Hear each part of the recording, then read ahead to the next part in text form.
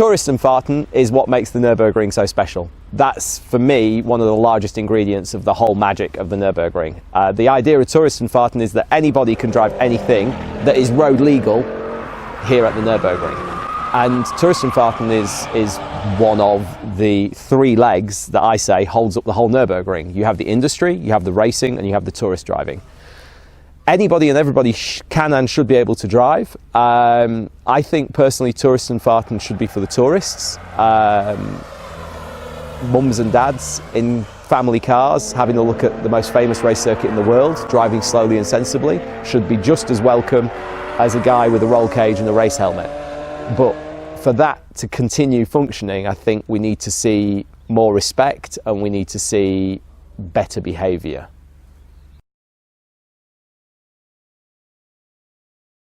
There are many, many rules about driving the Nürburgring Nordschleife during Touristenfahrten. Most important is it's governed by STVO, Straßenverkehrsordnung, which means that the track is a public road, essentially, which means, starting from the beginning, your car must be road legal, your car must have insurance, your car must be tested, whether that's TÜV or DECRA or MOT for the English. Your car should be road legal and roadworthy. Then you have overtaking. Overtaking is only on the left, no overtaking on the right. If you see a road sign that has a speed limit on it, then you slow down, you do the speed limit. If you see a guy with a yellow vest walking around some road cones, you slow down. It's not a place particularly to do lap times, for example, in Touristenfahrten. And I understand the attraction, and hell, I spent many years here doing things that I shouldn't do. But now I see the Nürburgring as a bigger picture. I feel quite strongly that Touristenfahrten is for tourists.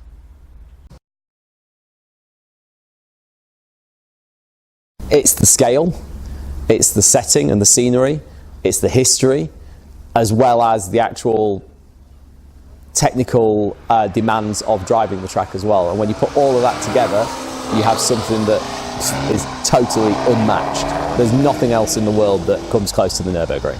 The scale is huge, massive. Other racetracks exist. Lambell TT is amazing, 37.73 miles, but it's also actually not that many corners. You have a similar number of corners, Lambell TT to the Nordschleife. There's a lot more corners per kilometre packed into the Nordschleife. I would say they call it the most dangerous racetrack in the world because of all the people that crash here constantly, consistently, without end. The track itself was actually a massive improvement in safety, because you've got to remember that the Nordschleife replaced the 32-kilometre Eifelrennen, and the Eifelrennen was on the verge of being cancelled because cars were crashing through restaurants, cars were crashing through houses, and the Germans said, well, let's build a real racetrack like a controlled environment. And at the time, new circuits like Brooklands were coming to the front of people's imagination, and the Nürburgring, they said, okay, the road race was over 30 kilometres, the circuit should be equally as challenging, so they built the North Loop and the South Loop and made a 30-kilometre circuit nearly.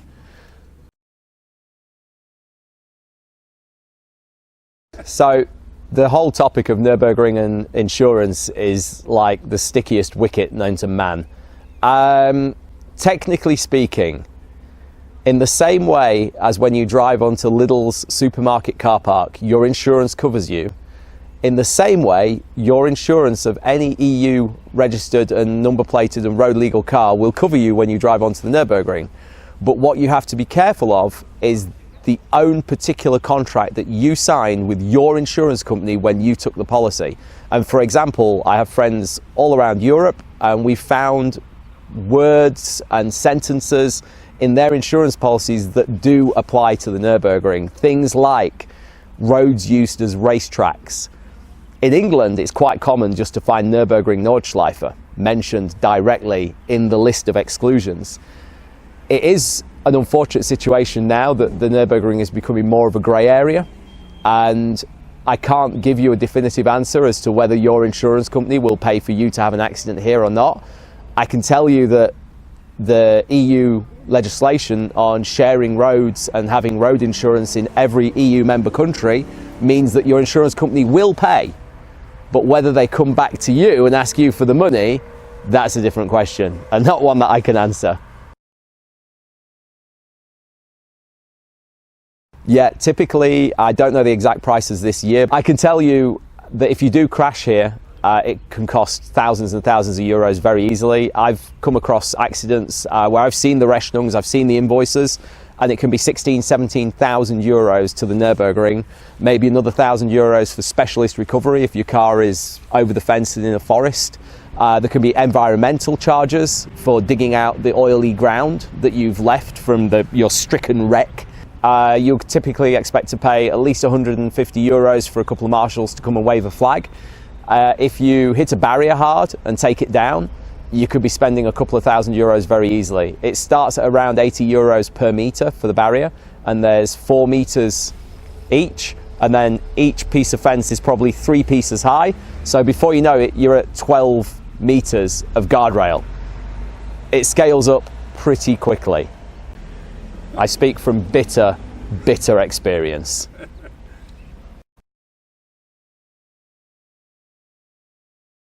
I think what's amazing is these days is that you can get to know the circuit, you can get to have a good impression of the circuit before you even get here by playing simulators and similar. But to really understand the circuit, I think you really need like 1,000 laps. If I remember the first time I drove the track, I thought I had this place figured out about 50 laps in. By 100 laps, I thought I was pretty fast. And about 150 laps, I had my first really big accident. And then when I look back and I remember the 2,000 lap Dale and his understanding of the track, he had no idea. I look back to the 10,000 lap Dale and he also doesn't have as much of an idea as I do now. So I guess the real answer is that you don't ever stop learning the Nürburgring.